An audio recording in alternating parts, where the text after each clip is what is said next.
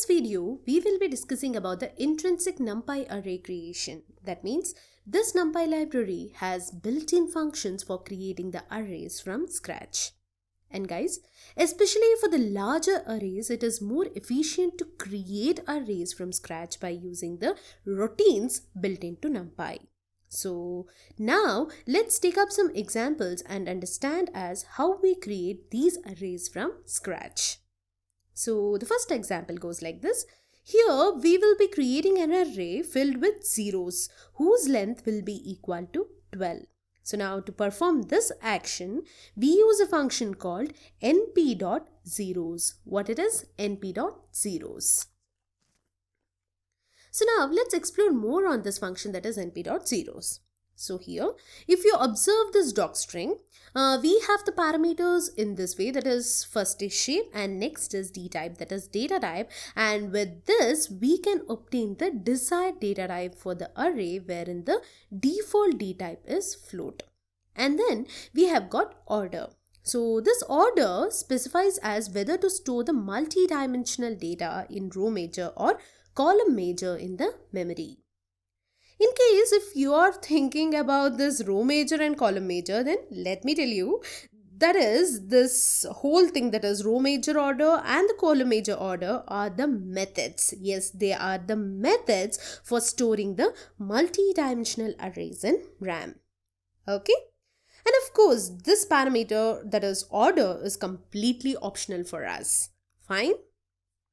Now, what is the output that you can expect from this function, that is np.zeros? Any guesses? Correct. Output will be like nd array, that is array of zeros with a given shape and the dtype. So guys, no delay. Let's create an array filled with zeros having the length of 12. So for this, I'll just write as, first I'll be importing this NumPy library. So import NumPy as np and then np.zeros of 12, and then I'll just execute this. See, we have all the elements equal to 0. Correct? Now, along with this, if you observe the output, that is this output is in float format. Why? Because here we have not mentioned any data type, but the default data type for this function is float. Hence, the output will be in the float format. Understood? Now, what shall we do is, let's just use this parameter dtype, okay? We will be using this parameter, that is data type. So here, I'll write as np.zeros of 12, dtype is equal to int. And then let's execute this. Yes, see? Now, we have the array of the type int. So guys, we got to know as how to create a one-dimensional NumPy array using one of the intrinsic function, that is np.zeros. So now, what shall we do is, let's create a 2D array. Yes, let's create a 2D array using this np.zeros function. So here, I'll create 4x2 array filled with zeros. So for that, I'll write as np.zeros of 4, 2. And here this 4, 2 represents the shape of an array. That is 4 represents the rows and 2 represents the columns. Understood? So let's execute this. Yes, see, we have created 4x2 array filled with zeros. So now let me just add the dtype for this also. So I'll just write as np.zeros of 4, 2, dtype is equal to complex. Here I'm giving the data type as complex, and let me execute this. Yes, we have the output and it is 4x2 and also it is in complex format. Got it? So guys, this was all about np.zeros function. Next, we have, yes, it is np.ones. What it is? np.ones function, and this np.ones function takes in the same parameters as np.zeros. It is as simple as that. That is, first will be the shape and other is data type.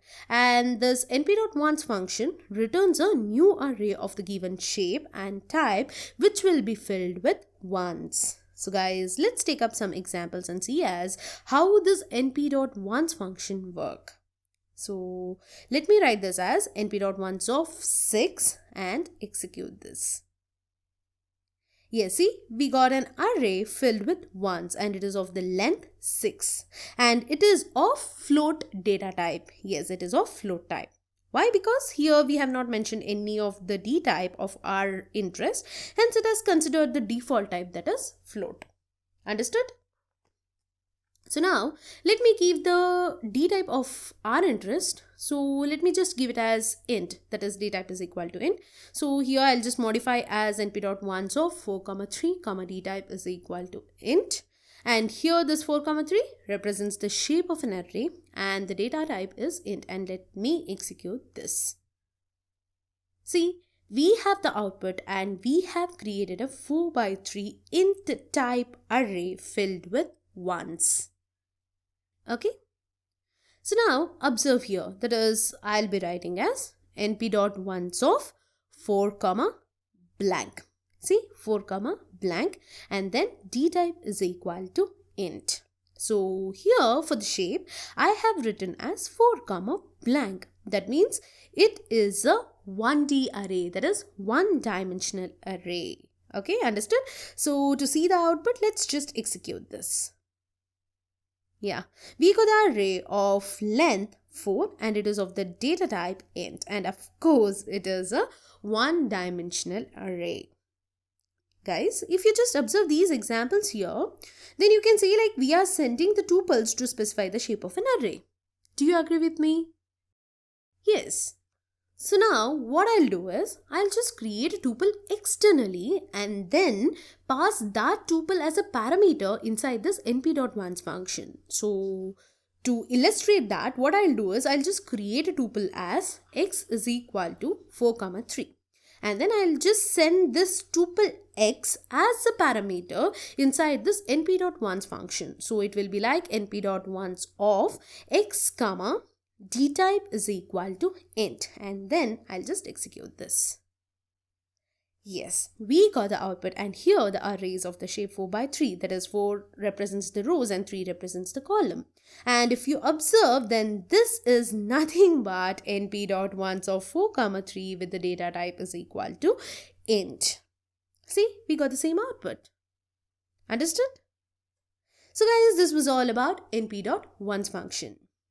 And up next, we have a function called np.full function. What it is? np.full.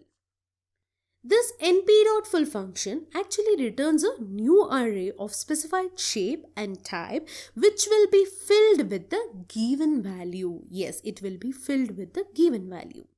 So now if we see the doc string for this np.full function, then the parameters passed here are like shape, fill value and D type, wherein this D type is completely optional.